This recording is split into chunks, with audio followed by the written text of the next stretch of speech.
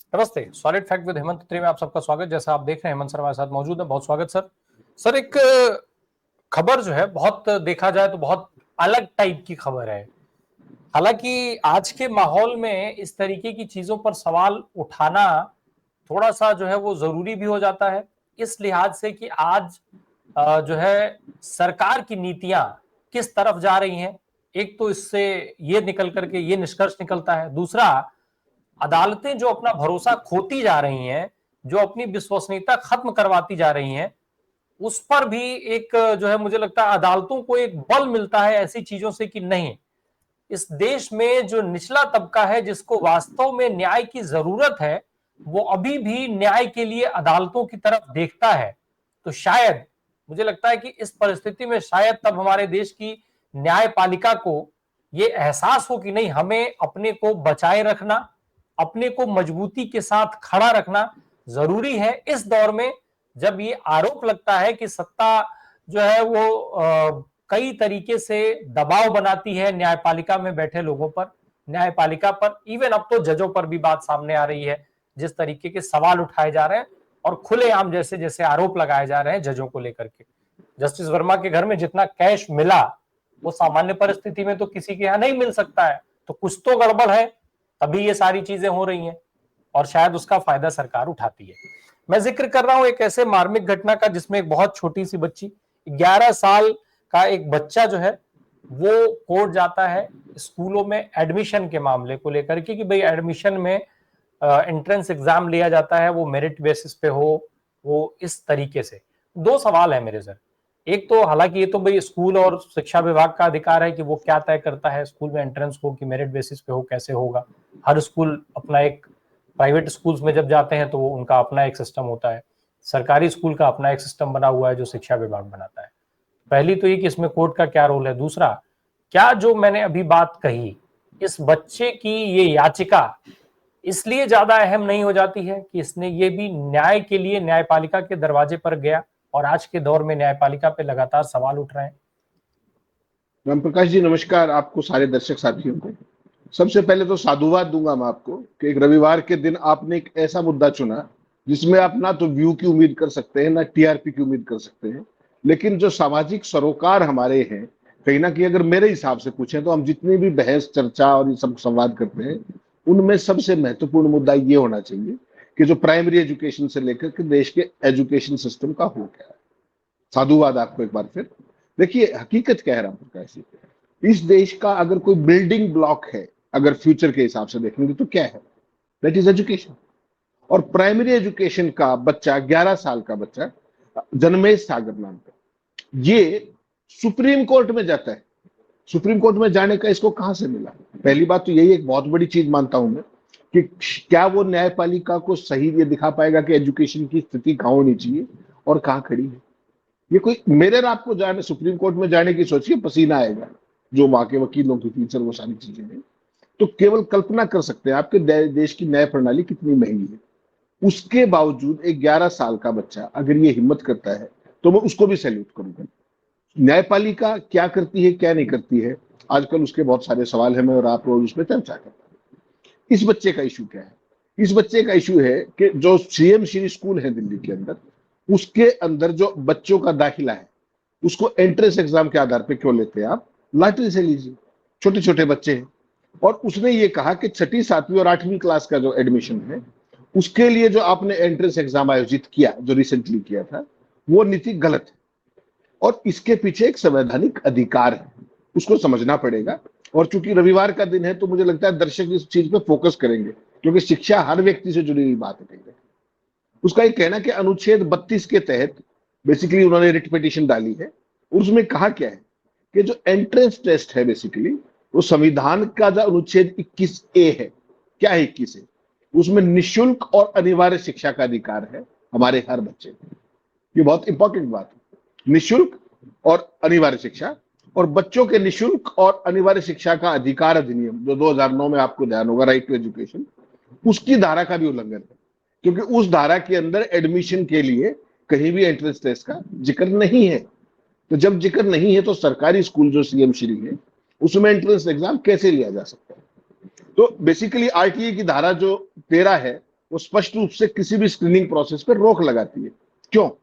उसका focus universalization of education पे है, यानी कि सबको शिक्षा पे। उसमें अगर आप कल को एंट्रेंस एग्जाम डालने लगे, लॉटरी निकालने लगे, निश्चित मान के चलिए ज्यादा है और एप्लीकेट ज्यादा है तो उसमें से कुछ रह भी जाएंगे। जब उनको सरकारी स्कूल में ही दाखिला नहीं मिल पाएगा तो प्राइवेट स्कूल वाला कोई क्यों लेगा, किस लिए लेगा, और उसके पास सीट होगी या नहीं होगी? ये बहुत मूलभूत सवाल है। छठी, सातवीं, आठवीं मिडिल लेवल की क्लासेस हैं और सीएम सिटी स्कूल जो है बेसिकली दिल्ली के अंदर, वो क्वालिटी एजुकेशन के लिए जो रूटीन स्कूल्स हैं उनसे थोड़ा सा हट करके है। तो अच्छी बात है, हर सरकार अपना इनोवेशन करती है, कहीं सीएम सिटी स्कूल है, कहीं पीएम सिटी स्कूल है, लेकिन मूल बात फिर वही आती है कि आज देश को 78 साल आजादी के हो गए, उसके बावजूद भी एक प्राइमरी क्लास के बच्चे को, मिडिल क्लास के 11 साल के बच्चे को अपने एजुकेशन का जो मूल अधिकार है, राइट टू एजुकेशन 2009 में जो एक्ट आया, उसके बावजूद भी एक छोटी सी बात के लिए सुप्रीम कोर्ट में जाना पड़ता है।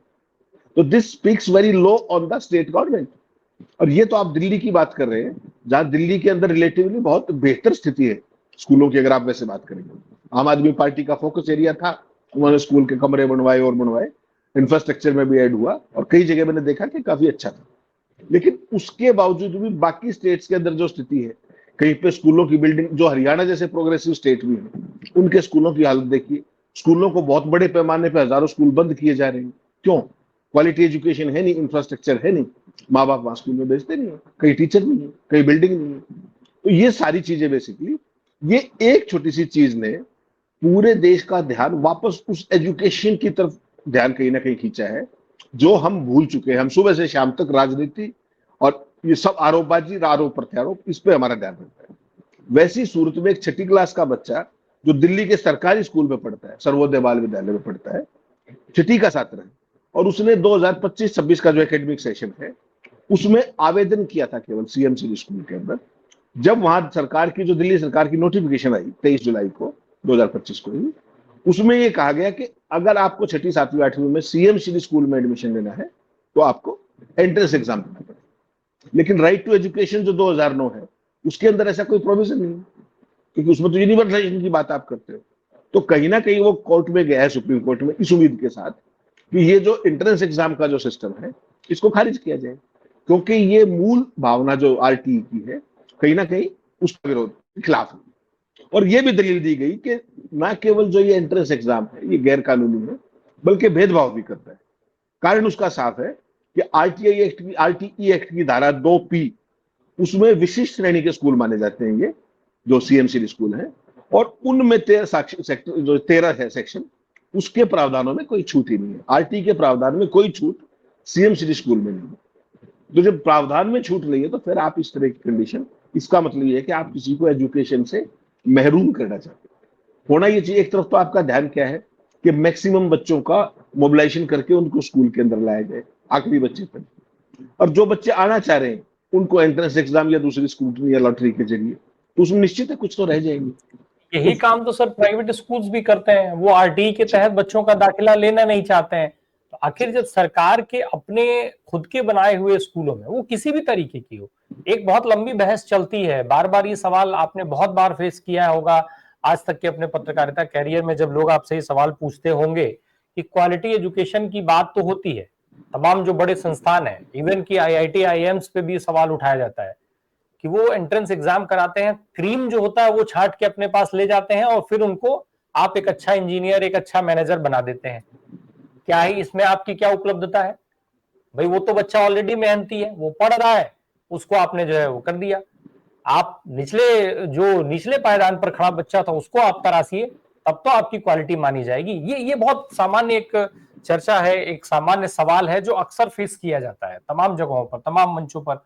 आपने बहुत बार किया होगा बच्चों के बीच में जब गए होंगे। तो मैं समझना ही चाहता हूं सर कि सरकार आखिर अपने खुद के स्कूल में, किसी भी स्तर का स्कूल हो, आरटीई को लागू क्यों नहीं करेगी? अगर वो लागू नहीं करेगी तो प्राइवेट स्कूलों को बाध्य कैसे कर पाएगी? और प्राइवेट स्कूल फिर करें क्यों माने सरकार का ये आदेश?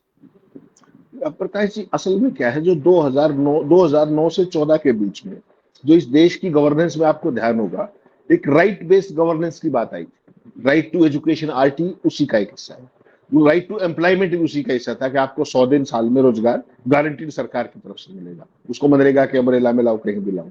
ऐसे ही राइट टू इंफॉर्मेशन को लाया गया था ताकि ट्रांसपेरेंसी आए, जवाबदेही बढ़े। आज अब जितनी भी राइट बेस्ड अप्रोच थी डॉक्टर मनमोहन सिंह की, जो प्रोग्रेसिव, दुनिया का सबसे बेहतरीन, सबसे इफेक्टिव अगर राइट टू इंफॉर्मेशन एक्ट है, वो हिंदुस्तान का है, ये मुझे कहने में कोई शक नहीं है, क्योंकि 5 साल में खुद रहा। उसके बावजूद भी जो राइट बेस्ड अप्रोच थी, चाहे वो एजुकेशन के प्रति हो, चाहे इंफॉर्मेशन के प्रति हो, चाहे एम्प्लॉयमेंट के प्रति हो, उसको बैक बर्नर पे डाल दिया गया। क्यों? क्योंकि सरकारें, जब आप आरटीई को अक्षर से लागू करोगे ना राम प्रकाश जी, उसके लिए आपको बजट चाहिए, उसके लिए आपको इंफ्रास्ट्रक्चर चाहिए, उसके लिए आपको नंबर ऑफ स्कूल्स चाहिए, उसके लिए नंबर ऑफ टीचर्स चाहिए। उस पर ध्यान केवल और केवल वोट मांगने तक है, उस पे नाम पे वोट नहीं मिलती है, ये मान के चलिए। अगर उसके नाम पे वोट मिल रही होती तो कहानी कुछ और होती 19 में और 24 में। राइट टू इंफॉर्मेशन को तो दफन ही कर दिया गया है, उसको तो लोग रेस्ट इन पीस लिखने लगे। ऐसे ही मनरेगा का जो हाल किया गया है, जो आज की तारीख में जो फिगर्स आते हैं, तो अपने आप में बेसिकली ये अप्रोच का फर्क है। डॉक्टर मनमोहन सिंह ने क्या किया, ये राइट बेस्ड अप्रोच गवर्नेंस की लेकर के आए, एक क्योंकि वो बिल्कुल शैशव काल में था, तो उतने परिणाम तब नहीं आए थे, क्योंकि कोई चीज आप कंसेप्ट लेके आए हैं, सरकारें कंटिन्यूटी में अगर प्रोसेस उसको चलाएं पॉलिसी को, तो कहानी कुछ और हो। लेकिन चूंकि आप पॉलिसी के बेसिस पे या जन कल्याण के नाम पर आपकी राजनीति नहीं चलती, आपकी राजनीति झूठ, लफाजी और मक्कारी पे चलती है। आप क्या कांग्रेस को गालियां देकर के वोट मांगते हैं, आप विपक्ष को कोस के सुबह शाम तक, अपनी अचीवमेंट की तो कोई बात ही नहीं करते। और जब आप अचीवमेंट का कोई खाता देने को तैयार नहीं, किसी चीज की रीजनिंग, किसी लॉजिक पे बात करने को तैयार नहीं, किसी भी सार्थक मुद्दे पर बहस करने को तैयार नहीं, तो वो मुद्दा धीरे धीरे पूरे चलन से बाहर हो जाता है। तो इसीलिए मैं आपको, तभी मैंने आपको शुरुआत में साधुवाद दिया कि अपन 2.5 साल से 3 साल से लगातार इस प्लेटफॉर्म पे है अलग अलग। आज पहली बार मैं एजुकेशन जैसे मुद्दे पर चर्चा कर रहा हूँ। इस पे चर्चा हर हफ्ते, हर महीने होनी चाहिए कम से कम एक, ताकि देखिए ये सरकार बेसिकली एक चीज तो आपको माननी पड़ेगी ना, कि ये हर चीज पर ध्यान देने को तैयार है जिसपे वोट मिलता हो, लेकिन ऐसी कोई चीज जिसपे 4 नए पैसे का खर्चा हो और इस देश के कॉमन आदमी को सशक्तिकरण होता हो, उस पर यह विचार करने को तैयार नहीं। उसका सिंपल कारण क्या है? सिंपल कारण ये है कि अनपढ़ रहोगे तभी तो भक्त बनोगे। पुरानी जो नीतियां हमारी थी वो थी लीडरशिप डेवलप करने की। अच्छा नेता कौन था, कि जो अगली पीढ़ी के अच्छे नेता डेवलप करे, सेकंड लाइन के अंदर, थर्ड लाइन के अंदर। आज पहली बार देश के अंदर ये हो रहा है कि हमारे यहाँ एक ऐसे प्रधानमंत्री आए हैं जिन्होंने अच्छे नेता छोड़ो अंधभक्तों की फौज खड़ी कर दी पूरे देश के अंदर। और आज भारतीय जनता पार्टी की जो लीडरशिप क्राइसिस है, उसमें सबसे बड़ा अगर कोई इशू है तो वो है टैलेंट का डेफिसिट। जब हाईएस्ट लेवल पे केंद्र की सरकार में टैलेंट का ही हाल है, तो आप सोच सकते हैं नीचे के लेवल पे सोशल सेक्टर में क्या हाल होगा। वापस अगर एजुकेशन पे आप बात करेंगे, तो आज टीचर टू स्टूडेंट रेशियो क्या है? दिल्ली के अंदर 28 है, well with in the parameters. लेकिन अगर ओवरऑल देश में देखें, हरियाणा जैसी प्रोग्रेसिव स्टेट में देखें, तो आपको लगेगा कि यार ये सरकार सत्ता में आके से वापसी की संभव, लेकिन है वो बड़े पैमाने पे स्कूल बंद, हर एक जिले में सैकड़ों स्कूल बंद। कारण कि इंफ्रास्ट्रक्चर आप दोगे नहीं, टीचर्स अपॉइंट करोगे नहीं, बच्चे वहां बचेंगे नहीं, उसके बाद कह दोगे यहाँ बच्चे नहीं। तो ये एक स्टैंडर्ड ऑपरेटिंग प्रोसीजर बना दिया गया है। एजुकेशन को राम प्रकाश जी आइसोलेशन में मत देखिए। अगर आपको इस देश में जो आज जेन जी के प्रदर्शन आप सुबह से रात तक देख रहे हैं ना, आज उस स्टेट में हो गया, आज इसमें हो गया, आज उसमें, this is not without reason. इसका एक सामाजिक सरोकार का एक पहलू देखिए आप। जब बच्चा, ये जो बच्चा है ये 6ठी क्लास का है, ये 6ठी 7वीं में एडमिशन किया, अगर इसको ढंग के स्कूल में एडमिशन मिल जाए, सीएमसी स्कूल जिसकी क्वालिटी एजुकेशन अच्छी है, और उस एजुकेशन के साथ जब ये 8वीं में पहुंचता है, 9वीं 10वीं में पहुंचता है, हल्का सा अगर आप उसको स्किल जोड़ दो, तो ये मान के चलिएगा कि वो अमेरिकन पैटर्न पे जब 10वीं पास करेगा, तो 10वीं पास के बाद वो क्या करेगा, वो बेयर मिनिमम आत्मनिर्भर होकर के कोई भी छोटा मोटा काम करते हुए। हमारे यहाँ क्या है, अमेरिका में और यूरोप में क्या है, जैसे ही आप 10वीं पास करते हैं, आप कोई काम करना शुरू करते हैं और अपनी पढ़ाई का खर्चा खुद निकालते हैं। हमारे यहाँ जो पीजी के बच्चे भी हैं, इंजीनियरिंग के बच्चे भी हैं, यहाँ वो कंसेप्ट ही नहीं है। क्यों? क्योंकि आप 10वीं करके गए, 12वीं करके गए, ग्रेजुएशन करके गए, आप एम्प्लॉयबल तो है ही नहीं ना, क्या एम्प्लॉयमेंट करेंगे आप? और छोटा काम हमारे वाले करेंगे, बड़ा मिलेगा नहीं, क्योंकि बड़े के लिए एम्प्लॉयबल नहीं हो आप। तो यहाँ वो क्राइसिस है। अमेरिका के अंदर आप जाओगे, अगर इंजीनियरिंग का बच्चा कोई मास्टर्स भी कर रहा है, तो वो बच्चा भी 2 से 4 घंटे डेली काम करता है और उससे अपना खर्चा निकालता है। तो वो जो आदत है स्किल उस डेवलपमेंट में मदद करती है। आप केवल इसको आइसोलेशन में 6वीं 7वीं 8वीं का एडमिशन, स्कूल का एडमिशन वहां तक मत छोड़िए। मोदी जी स्किल इंडिया का बहुत नारा देते हैं, बहुत बार, उसका क्या आउटकम निकला? आप इस सेकेंडरी एजुकेशन तक, मिडिल से सेकेंडरी एजुकेशन को केवल कुछ मत कीजिए, इसके साथ एक तो ये एडमिशन वगैरह का झंझट, इंफ्रास्ट्रक्चर इतना कर दीजिए कि बच्चों को लॉटरी और इंटरेस्ट टेस्ट का सामना ना करना पड़े। सबको मिले, जब राइट टू एजुकेशन है, यूनिवर्सलाइजेशन ऑफ एजुकेशन, सबको मिल जाएगी। और दूसरा पक्ष उसके अंदर क्या हो कि वो बच्चा जब 10वीं करके निकले वहां से, वो कुछ करने में सक्षम हो, वो छोटा मोटा काम कोई भी जो है जो करके अपना एक मिनिमम आत्मनिर्भरता की तरफ बढ़ सके। उससे ना केवल देश की ओवरऑल प्रोडक्शन बढ़ेगी, बल्कि जीडीपी में भी कहीं ना कहीं मदद मिलेगी। आप अमेरिका के अंदर, यूरोप के अंदर अपने बच्चे जाते हैं सारे पढ़ने के लिए, जब वो मास्टर्स के लिए जाते हैं, वो वहां 3 से 4 घंटे काम करते ही, चाहे कितने ही बड़े बाप की औलाद आप, वो कहीं ना कहीं देश के उसमें कंट्रीब्यूशन करते हैं ओवरऑल ग्रोथ के अंदर। और हमारे यहाँ क्या है, 95% से 99% बच्चे जो पढ़ रहा है वो पढ़ ही रहा है, उसके अलावा उसका कोई और कंट्रीब्यूशन नहीं। तो अगर आप इसको थोड़ा सा उस रूप में ले, 10वीं से लेकर के पीजी तक के बच्चे अगर 2 से 3 घंटे भी काम करना शुरू करें, तो उसका एक चमत्कारिक इंपैक्ट क्या देखेंगे? एक तो माँ बाप का बोझ घटेगा, एक ओवरऑल नेशनल ग्रोथ में मदद करेगा वो, और देश का जीडीपी बढ़ने से लेकर के हर चीज, और सेल्फ रिलायंस की तरफ। और ये जो जेन जी के आप सारी चीजें देख रहे हैं, क्यों देख रहे हैं? कि बड़ी नौकरी मिलती नहीं और छोटी वो करना नहीं चाहते। जो स्वरोजगार का कंसेप्ट था वो लगभग खत्म हो गया। जब से ये नोटबंदी आई, एमएसएमई, स्मॉल इंडस्ट्री, सारी का बंटा डाल हो गया। ये जो इस छोटे से बच्चे ने एक ये पहल की है, ये पूरी जुडिशरी और पूरी गवर्नेंस के लिए एक आई ओपनर है। अगर कोई भी प्रोएक्टिव जज होगा सुप्रीम कोर्ट में, वो इसमें केवल इसमें दिल्ली तक सीमित रखेगा इसको, उसको ये सारे देश के डेटा मंगाने चाहिए। आपने देखा डॉक्टर मनमोहन सिंह के टाइम 2014 तक जुडिशरी कितनी प्रोएक्टिव होती थी, और उनके तमाम ऐसे फैसले होते थे जिससे सरकारों को, चाहे वो केंद्र हो चाहे स्टेट हो, पॉलिसी लानी पड़ती थी प्रो पीपल। ऐसे तमाम फैसले 2014 के बाद आपने ऐसा कुछ देखा है क्या? और अगर उसने कोई आदेश कर दिया तो सरकार ने मान लिया क्या? ये भी फर्क है। तो जुडिशरी ने अपनी जो अथॉरिटी थी उसको कहीं ना कहीं खुद ही गंवाना शुरू कर दिया। आपको ध्यान होगा जब कोविड का अंदर जो सारे डेथ्स हुई और हुई, सुप्रीम कोर्ट ने कितनी बार ये कहा कि भाई जो कोविड में मरे हैं अनफॉर्चुनेटली, उनको पैसे दीजिए, उनको कुछ दीजिए। आज तक किसी को एक नया पैसा मिला हो तो बता दो, एक नया पैसा। सुप्रीम कोर्ट का स्टैंडिंग ऑर्डर है, कर लीजिए, क्या करेगा। तो सरकार को ये पता है कि उसको सब कुछ आंकड़ा है।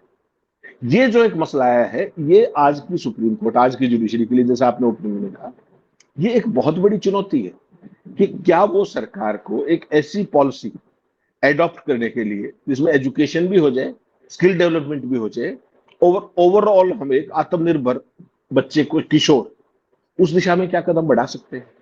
क्या सुप्रीम कोर्ट ऐसी कोई पॉलिसी उनको फ्रेम करने के लिए डायरेक्शन दे सकता है? एजुकेशन फॉर ऑल, जो यूनिवर्सलाइजेशन ऑफ एजुकेशन है, उसको इफेक्टिवली लागू करने के लिए आपने बहुत अच्छी बात की, राइट टू एजुकेशन के तहत स्कूल एडमिशन ही नहीं करते, वो क्यों करेंगे? आपके स्कूल में मैंने 20 बच्चे दाखिल करा दिए आरटी में, उनका 3 साल तक पैसा नहीं आता, आप कहां से देंगे? ये भी तो समस्या है ना व्यवहारिक। कल ही मैं खबर पढ़ रहा था कि हरियाणा में कई सालों से पैसे नहीं मिले, बच्चे पढ़ रहे हैं, वो अब जैसे पढ़ रहे होंगे, जैसे पढ़ा रहे होंगे, और उनके साथ स्कूल अथॉरिटीज कैसा व्यवहार करती होंगी, वो तो बच्चा है। तो सरकार की नीति के तहत वहां पे उसको दाखिला मिला, जितनों को भी मिल पाया, और उसका अगर जो भी उसका कंपनसेशन अगर सरकार नहीं दे रही है तो उस बच्चे का क्या कसूर है? तो मुझे लगता है कि सुप्रीम कोर्ट के पास एक ये गोल्डन चांस है, ये 6ठी क्लास का बच्चा ही सही, रास्ता आपको कोई भी दिखा दे, अच्छी राह दिखाने की बात है, और इसको अगर आप प्रोएक्टिव स्पिरिट में लेते हैं तो मुझे लगता है ये कि ऐसा अवसर है जो हमारी जो एलिमेंट्री एजुकेशन है, प्राइमरी और मिडिल, उसके अंदर ज्यादा नहीं तो मिडिल तक तो सुप्रीम कोर्ट को ये करना ही चाहिए, सारी स्टेट्स को नोटिस दे करके बाकायदा कि सारे आ जाओ भाई, ले आओ जरा आप लेके आ सकते। तो ये बहुत बड़ा एक कंट्रीब्यूशन हो सकता है, एक रोड मैप हो सकता है, अगर सुप्रीम कोर्ट अपनी संवैधानिक जो दायित्व थे उनके तहत एक प्रोएक्टिव स्टांस लेकर के पॉलिसी फ्रेमिंग में एक ये दिखाए कि नहीं, ये जो हो रहा है ये गलत है, या इसको और इसका स्कोप बढ़ाने की जरूरत है, और ये देश के भविष्य के लिए अच्छा है। एक स्पीकिंग ऑर्डर लिखे ना, क्या समस्या है? स्पीकिंग ऑर्डर लिखे, डिटेल लिखे, सबको इन्वॉल्व करके लिखे, फिजिबिलिटी पूछे, लेकिन ऑर्डर करे। ऐसा नहीं कि इसमें 2 लाइन लिखी है जैसे आजकल चल रहा है जो कार्यक्रम। सर ये भी सवाल ये भी उठता है कि हम और आप तो मान रहे हैं कि सुप्रीम कोर्ट के लिए बहुत बड़ा चैलेंज है, देश के बहुत सारे लोग भी मान रहे होंगे, पर क्या सुप्रीम कोर्ट या न्यायपालिका आज हमारी ये मान रही होगी कि ऐसी चीजें हमारे लिए बड़ा चैलेंज है? और चैलेंज से कहीं ज्यादा शायद क्या ये नहीं लग रहा है कि न्यायपालिका के लिए ये एक बहुत बड़ी अपॉर्चुनिटी है, हाँ, जब वो तमाम सवालों का सीधा जवाब दे सके कि नहीं, हम हैं, जो जिसके लिए न्यायपालिका को जाना जाता है, और उम्मीद बरकरार रखे। राम प्रकाश जी, इसके लिए मॉरल अथॉरिटी होती है, और मॉरल अथॉरिटी किसी भी चीज में हो, that is to be commanded. और उसके लिए सबसे महत्वपूर्ण चीज क्या है? मॉरलिटी। अगर आपके अंदर नैतिकता है तो आप मॉरल अथॉरिटी को चला सकते हैं। जब आपकी पूरी की पूरी प्रायोरिटीज ये हैं कि आज मैंने उसकी नजरों में आना है, आज मैंने उसका ये करना है। एक तो सिलेक्शन प्रोसीजर से ही देख लीजिए, जो आज की तारीख में चंद्रचूड़ की जो गत बन रही है अपने ही शब्दों से, उनसे पहले कितने सीजीआई पे सवाल उठ रहे हैं। आपने ओपनिंग में कहा कि जज के घर में नोट जलते हुए मिल रहे हैं, आज तक एफआईआर नहीं हो रही है। ये सारी चीजें क्या कह रही है? ये जुडिशरी के बारे में क्या कह रही है? ये जितने भी घटनाक्रम है, इनमें से तो एक भी व्यक्ति बिना कॉलेजियम के सिलेक्ट हो क्या है नहीं। इसका मतलब क्या है कि कॉलेजियम का जो सिलेक्शन प्रोसीजर है, कहीं ना कहीं उसके अंदर सीरियस फ्लॉज है। तो जिस जुडिशरी के अंदर खुद की अपॉइंटमेंट में फ्लॉ हो। दूसरा, 65 साल के आप हो गए हैं, सुप्रीम कोर्ट के जज हो गए और सुप्रीम कोर्ट के चीफ जस्टिस हो गए, और उसके बाद भी आपको लगता है कि नहीं यार, मैं तो अभी कोई और अपॉइंटमेंट मिल जाए तो बहुत बढ़िया है। तो सारा फोकस उधर चला गया। जो हाई कोर्ट में आ गया उसको चीफ जस्टिस बनने की जल्दी, जो चीफ जस्टिस बन गया उसको सुप्रीम कोर्ट जाने की जल्दी है, जो सुप्रीम कोर्ट में आ गया उसको चीफ जस्टिस बनने का है, और जो नहीं बन पाया उसको फिर दूसरी अपॉइंटमेंट की है। तो जो सवालों का जो मूल सवाल थे, जो इस तरह के सवाल थे, वो जज कहां से लाएंगे आप? राइटी तो कुछ और है ना। जब सीजीआई लेवल के लोग, माफ कीजिएगा with all due regards to them, जो उनकी गत बनी है पिछले कुछ समय में, अब देख लीजिए आप, आपने किस किस सीजीआई को ऐसे करते हुए देखा था, जो टिप्पणी जिस तरह की हो रही है आज की तारीख। और ये मैं और आप नहीं कर रहे, वी आर नॉट बायस्ड। ये उन्होंने अर्जित की है अपनी ही अटरिंग से, अपने ही शब्दों से। ये मैं और आप थोड़ी करते हैं। जिस तरीके से सुप्रीम कोर्ट का एक सिटिंग जज सावरकर के बारे में, लीडर ऑपोजिशन के बारे में जिस तरह की टिप्पणियां कर रहा था, क्या मतलब है उसका? आप मेरिट पे फैसला करो यार, मेंटेनेबल है तो, नहीं है तो आप उसमें राष्ट्र के नाम संदेश क्यों दे रहे हो वहां बैठ करके? और या फिर वही बात आपकी मॉरलिटी वाली आएगी। इतना आपके अंदर मॉरलिटी है, फिर एक काम और कर लीजिए, उसको ऑर्डर में रिकॉर्ड कर दीजिए। ऑर्डर में रिकॉर्ड नहीं करेंगे कुछ भी, वर्बल डायरिया करेंगे। आज भी वो मौका है। मैं फिर कह रहा हूं आपको, कई बार अपनी चर्चा होती है जुडिशरी में, अगर जुडिशरी को अपनी साख में चाहिए तो ये आखिरी चांस है उनके पास। जो आज का जो दौर चल रहा है, जो बाकी जो सरकार के तंत्र थे, जांच एजेंसियां देख लो, ब्यूरोक्रेसी देख लो, विधायिका देख लो, जो उनकी गत बनी है, आपको क्या नहीं लगता जुडिशरी उसी रास्ते में जा चुकी है? आज की तारीख में केवल 2 इंस्टीट्यूशंस की थोड़ी बहुत साख बची है, थोड़ी सी सेना की बची हुई है, लेकिन जिस लाइन पे चल पड़े हैं एयरफोर्स चीफ और सीडीएस, वो मुझे लगता है काम निपटा के जाएंगे, और उसी रास्ते पे जुडिशरी चल पड़ेगी। अगर जुडिशरी अपने मूल संवैधानिक दायित्वों की पूर्ति कर दे with all those moral authorities that it commands, it should command, तो मुझे लगता है कि इस तरह की जो चीजें होती है ना, ये एक अपॉर्चुनिटी है जो 6ठी क्लास का बच्चा, 11 साल का बच्चा उनके पास लेकर के गया है। बहुत ज्यादा जो उनके ऊपर जितने विवाद हैं, उनका एक बहुत बड़ा हिस्सा, अगर देखिए 6ठी क्लास 7वीं क्लास की एजुकेशन देश के मूल आधार है। वहां से आप बच्चा बनना शुरू होता है आप जीवन के। अगर आप वहां उसको क्वालिटी एजुकेशन दे पाते हैं तो देश का लेवल कहीं और होगा सर।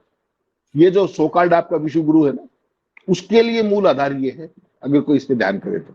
लेकिन वो विश्व गुरु कहने में आसान है, उसको करने में खर्चा आता है, उसके लिए विजन चाहिए होता है, जो माफ कीजिएगा इस देश के पॉलिटिकल सिस्टम के पास कम से कम आज दिखाई नहीं देता। बिल्कुल, ये जो सवाल था, ये जो बातचीत थी, वो केवल एक बच्चे की बात नहीं थी, ये इस देश के भविष्य की बात थी। इस देश के भविष्य के साथ साथ इस पूरे सिस्टम पर एक सवाल है कि आखिर आज जब हम बार बार डिजिटल से लेकर के और तमाम तरीके के दावे करते हैं, बात करते हैं, हम बात करते हैं विश्व गुरु बनने की, हम बात करते हैं दुनिया की दूसरी तीसरी अर्थव्यवस्था बनने की, ऐसे समय पर इस तरीके के सवाल उठाए जाना, और वो भी एक 11 साल के बच्चे की तरफ से, मुझे लगता है कि सरकार के लिए बहुत असहज होने वाली स्थिति है। अब वो अलग बात है कि सरकार आज कितना ज्यादा असहज महसूस होती है कि नहीं होती है, वो हम सरकार पे छोड़ते हैं। 11 साल के इस बच्चे को सुप्रीम कोर्ट तक जाने की जरूरत क्या इस देश में पढ़नी चाहिए थी। मुझे लगता है कि सबसे पहले लोगों को, न्यायपालिका को और सरकार में बैठे लोगों को इस चीज पर विचार कर लेना चाहिए कि अगर देश में 11 साल का एक बच्चा इसलिए न्यायपालिका जाता है क्योंकि उसको पढ़ने का माहौल चाहिए, पढ़ने के लिए सिस्टम चाहिए, पढ़ने की जगह चाहिए, स्कूल चाहिए जो उसके बेसिक नीड में है, जो उसका अधिकार है, अगर हम वो नहीं दे पा रहे हैं तो हम ये सारी लफाजी को तुरंत हमें बंद कर देना चाहिए। ये दावे बंद करने चाहिए, दावे खत्म करने चाहिए, इसका कोई आधार नहीं बचता है उसके बाद। बाकी रही बात राजनीति की, तो राजनीति तो हर रोज होती रहती है, करते रहिए, बहुत सारे मुद्दे हैं, भविष्य से खिलवाड़ करके राजनीति करने की क्या ही जरूरत है। अगर इस देश का भविष्य ही नहीं रहेगा तो आप राजनीति भी करके क्या ही कर लीजिएगा। किसको बताएंगे आपकी दुनिया में दूसरी तीसरी अर्थव्यवस्था बनने जा रहे हैं? सुनने वाले लोग तो चाहिए। अर्थव्यवस्था को समझने के लिए पढ़ाई की जरूरत होगी, जब पढ़ेगा तब उसको अर्थव्यवस्था समझ में आएगी, जब पढ़ेगा ही नहीं तो अर्थव्यवस्था क्या समझेगा? वही वाली कहानी है। बाकी तो सरकारों पर छोड़ा जाए, न्यायपालिका पर छोड़ा जाए। बहुत बहुत धन्यवाद सर हमसे बात करने के लिए। Thank you so much.